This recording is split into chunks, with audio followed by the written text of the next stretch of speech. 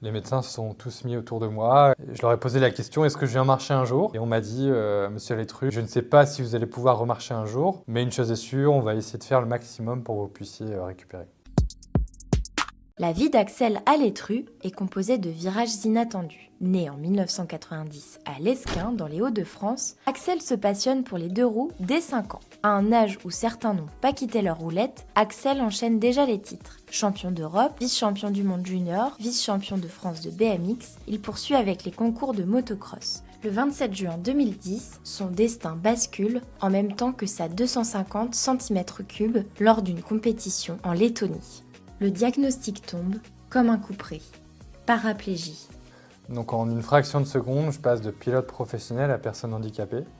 Et de là, les médecins m'ont prédit un fauteuil à vie dû à ma paraplégie. Qu'importe le discours pessimiste des médecins, Axel Alétru est handicapé mais pas résigné. Je me suis dit que c'était pas possible, qu'il fallait que je parte au combat en rééducation. Pour moi, j'ai vu ça comme un stage de préparation physique pour essayer de me remettre d'aplomb. C'était compliqué, mais je veux dire, c'était un moment où moi, j'étais là pour m'entraîner, je savais pourquoi j'étais là et la mission que j'avais à faire. La reconstruction passe d'abord par les petits objectifs qu'il se fixe. Se tenir debout dans l'eau, se déplacer à l'aide des barres parallèles, récupérer ses quadriceps. Ce qui l'a aidé?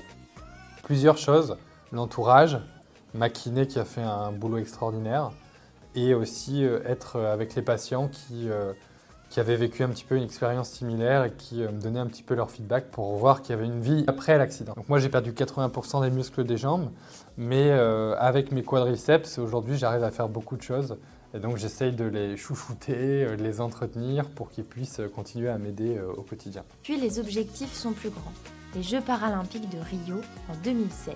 Il se prend de passion pour la natation.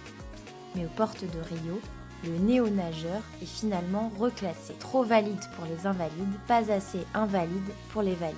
Il raccroche le maillot à 27 ans. Et plutôt que de me morfondre, je sais, bon allez, je vais rebondir, mais sur un nouvel objectif. J'ai mis en place ce que j'appelle la résilience pour accepter ce qui m'est arrivé. On ne naît pas résilient, mais on le devient. Une fois qu'on a accepté, on avance. Passé la déception, l'athlète handisport renoue avec les défis sportifs et l'odeur du cambouis.